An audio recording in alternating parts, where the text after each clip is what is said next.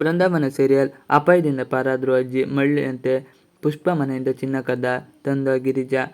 ಎಲ್ಲರೂ ಅಜ್ಜಮ್ಮ ಯಾವಾಗ ಕಣ್ಣು ಬಿಡ್ತಾರೆ ಎಂದು ಕಾಯುತ್ತಿದ್ದಾರೆ. ಪುಷ್ಪ ಮಾತ್ರ ಮನೆಯವರ ಹೊಟ್ಟೆಯ ಬಗ್ಗೆ ಚಿಂತಿಸಿ ಅಡುಗೆ ಮಾಡಲು ನಿರತಳಾಗುತ್ತಾಳೆ. ಅದನ್ನು ನೋಡಿದ ಆಕಾಶ್ ಮಾವ ಸತ್ಯಮೂರ್ತಿ ಮನೆಯವರ ಮುಂದೆ ಬಂದು ಪುಷ್ಪಳ ಬಗ್ಗೆ ಮತ್ತೆ ಇಲ್ಲದನ್ನು ಹೇಳಿ ತಲೆ ಕೆಡಿಸುತ್ತಾಳೆ. ನಾವೆಲ್ಲ ಇಲ್ಲೇ ಅತ್ತೆ ಯಾವಾಗ ಕಣ್ಣು ಬಿಡ್ತಾರೆ ಅಂತ ಕಾಯ್ತಾ ಇದ್ರೆ ಅಲ್ಲಿ ಪುಷ್ಪ ಹೊಟ್ಟೆ ತುಂಬಿಸಿಕೊಳ್ಳೋದಕ್ಕೋಸ್ಕರ ನೋಡ್ತಿದ್ದಾಳೆ. ಎಲ್ಲೂ ಇರುವ ದರಿದ್ರವನ್ನು ಮನೆಗೆ ತಂದುಕೊಂಡ ಈ ಅತ್ತೆಗೆ ಈ ರೀತಿಯಾಗಿದ್ದು ಎಂದು ವ್ಯಂಗ್ಯ ಮಾತಾಡ್ತಾನೆ. ಮನೆಗೆ ವಾಪಸ್ಸಾಗಿ ಬಂದ್ಲು ಗಿರಿಜಾ. 3 ದಿನಗಳ ಕಾಲ ಪುಷ್ಪಳ ಮನೆಯಲ್ಲಿ ಠಿಕಾಣಿ ಹೂಡಿದ್ದ ಗಿರಿಜಾ ಕೊನೆಗೆ ತನ್ನ ಮನೆಗೆ ಮರಳುತ್ತಾಳೆ. ಅಮ್ಮ ಮನೆಗೆ ಬಂದ ಖುಷಿಯಲ್ಲಿ ಮಗಳು ಅಮ್ಮನ ಬಳಿ ಓಡಿ ಹೋಗಿ, ಅಮ್ಮ ಪೇಟೆಯಿಂದ ನಂಗೇನು ತಂದೆ ಎಂದು ಬ್ಯಾಗ್ ಮುಟ್ಟಲು ನೋಡಿದ ಗಾಬರಿಗೊಳ್ಳುವ ಗಿರಿಜಾ ಮಗಳ ಮೇಲೆ ರೇಗುತ್ತಾರೆ. ಇದರಿಂದ ಕೋಪಗೊಳ್ಳುವ ಅಪ್ಪಣ್ಣ, ಮಗುವಿನ ಮೇಲೆ ಯಾಕೆ ರೇಗ್ತೀಯ, ನಿನ್ನ ಬ್ಯಾಗ್ನಲ್ಲಿ ಏನಾದರೂ ಒಡವೆ ಇಡುರಿ ಇದೆಯಾ ಅಂತ ಪ್ರಶ್ನೆ ಮಾಡ್ತಾನೆ. ಅದರಿಂದ ತಬ್ಬಿಬ್ಬಾಗುವ ಗಿರಿಜಾ, ಬ್ಯಾಗ್ನಲ್ಲಿ ಏನಿರುತ್ತೆ, ನಾನು ಹೋಗುವಾಗ ತೆಗೆದುಕೊಂಡು ಹೋದ ಬಟ್ಟೆ ಇದೆ ಅಷ್ಟೇ, ಬೇರೇನೂ ಇಲ್ಲ ಎಂದು ಮುಗ್ದಳಂತೆ ವರ್ತಿಸುತ್ತಾಳೆ. ಅಲ್ಲದೆ ಅಪ್ಪಣ್ಣನಿಗೆ ಬ್ಯಾಗ್ ಕೂಡ ಮುಟ್ಟಲು ಬಿಡುವುದಿಲ್ಲ. ಕದ್ದು ಊಟ ತಿನ್ನುವ ಸತ್ಯಮೂರ್ತಿ. ಇತ್ತ ಪುಷ್ಪ ಅಡುಗೆ ಮಾಡಿ ಮಕ್ಕಳಿಗೆ ಊಟ ಮಾಡಿಸಲು ತಯಾರಿ ಮಾಡುತ್ತಿರುತ್ತಾಳೆ. ಆ ಹೊತ್ತಿಗೆ ಅಲ್ಲಿಗೆ ಬರುವ ಸತ್ಯಮೂರ್ತಿ ಹೊಟ್ಟೆ ಹಸಿವಾಗ್ತಿದೆ, ಏನು ಮಾಡೋದು ಅಂತ ತನಗೆ ತಾನೇ ಹೇಳಿಕೊಳ್ಳುತ್ತಾನೆ.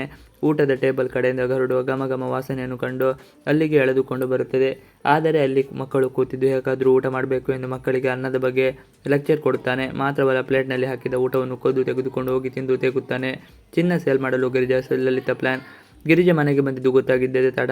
ಅವಳ ಮನೆಗೆ ಓಡಿ ಬರುವ ಲಲಿತಾ, ಗಿರಿಜಾನು ಈ ಸಲನು 2 ಕೋಟಿ ತಂದಿದ್ದೀಯಾ ಅಂತ ಕೇಳ್ತಾಳೆ. ಆಗ ಗಿರಿಜಾ, ಈ ಸಲ 50 ಲಕ್ಷ ತರೋಣ ಅಂತ ಎಲ್ಲ ಪ್ಲಾನ್ ಮಾಡಿದ್ದೆ, ಆದರೆ ಅಷ್ಟರಲ್ಲಿ ಆಕಾಶಪ್ಪ ಎಲ್ಲದಕ್ಕೂ ಕಲ್ಲು ಹಾಕಿಬಿಟ್ಟ.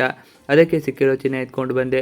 ಪುಷ್ಪಳ ಬಳಿ ಹತ್ತು ಕರೆದು ಒಂದಿಷ್ಟು ಚಿನ್ನ ತಂದಿದ್ರೆ ಅವಳಿಗೆ ಗೊತ್ತಾಗದೇ ಇರೋ ಹಾಗೆ ಒಂದಿಷ್ಟು ಎತ್ತಕೊಂಡು ಬಂದೆ ಎಂತಾಳೆ. ಲಲಿತಾ ಗಿರಿಜಾ ಬಳಿ ಒಂದೇ ಸಲ ಚಿನ್ನ ತೋರಿಸು, ಯಾವ ಡಿಸೈನ್ ಒಡವೆಗಳು ನೋಡೋಣ ಅಂತ ಆಸೆಯಲ್ಲಿ ಕೇಳ್ತಾಳೆ.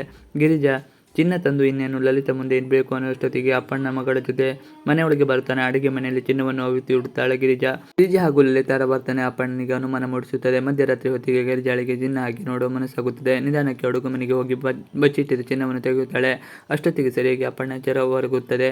ಅಡುಗೆ ಮನೆಯಲ್ಲಿಗೆ ಮಲಗಿದಂತೆ ನಾಟಕ ಮಾಡುವ ಗಿರಿಜಾಳನ್ನು ಬೈದು ಎಬ್ಬಿಸುತ್ತಾನೆ ಅಪ್ಪಣ್ಣ. ನಿಧಾನವಾಗಿ ಕಣ್ಣು ತೆರೆಯುವ ಅಜ್ಜಿ ಮರುದಿನ ದಿನಕ್ಕೆ ಕಣ್ಣು ಬಿಡುತ್ತಾರೆ. ಆಗ ಮನೆಯವರಲ್ಲಿ ಖುಷಿಯಾಗುತ್ತದೆ. ಅವರ ಕೋಣೆಗೆ ಓಡಿ ಹೋಗುತ್ತಾರೆ. ಅಲ್ಲದೆ ನಿನ್ನೆ ಆಗಿರುವ ಘಟನೆ ಬಗ್ಗೆ ಮನೆಯವರು ಸುಧಾಮೂರ್ತಿಯ ಬಳಿ ವಿಚಾರಿಸುತ್ತಾರೆ. ಆಗ ಸುಧಾಮೂರ್ತಿ ನಡೆದ ಘಟನೆ ವಿವರಿಸುತ್ತಾರೆ. ಕೋಣೆ ಬಳಿ ಪುಷ್ಪ ಬಂದ್ಲು ಎಂದು ಹೇಳುವಲ್ಲಿಗೆ ಇನ್ನು ಸಚಿಗೆ ಮುಗಿಯುತ್ತದೆ. ಪುಷ್ಪ ತನ್ನ ಜೀವ ಉಳಿಸಲು ನೋಡಿದ್ದನ್ನು ಸುಧಾಮೂರ್ತಿ ಮನೆಯವರಿಗೆ ಹೇಳುವ ಮೂಲಕ ಪುಷ್ಪಳ ಮೇಲಿನ ಅಪವಾದ ಹೋಗುವಂತೆ ಮಾಡ್ತಾರ. ಮೈ ತುಂಬ ಚಿನ್ನ ಹಾಕಿ ನೋಡುವ ಗಿರಿಜಾ ಆಸೆ ನೆರವೇರುತ್ತಾ ಎಂಬುದನ್ನು ಮುಂದಿನ ಎಪಿಸೋಡ್ನಲ್ಲಿ ತಿಳಿಯೋಣ.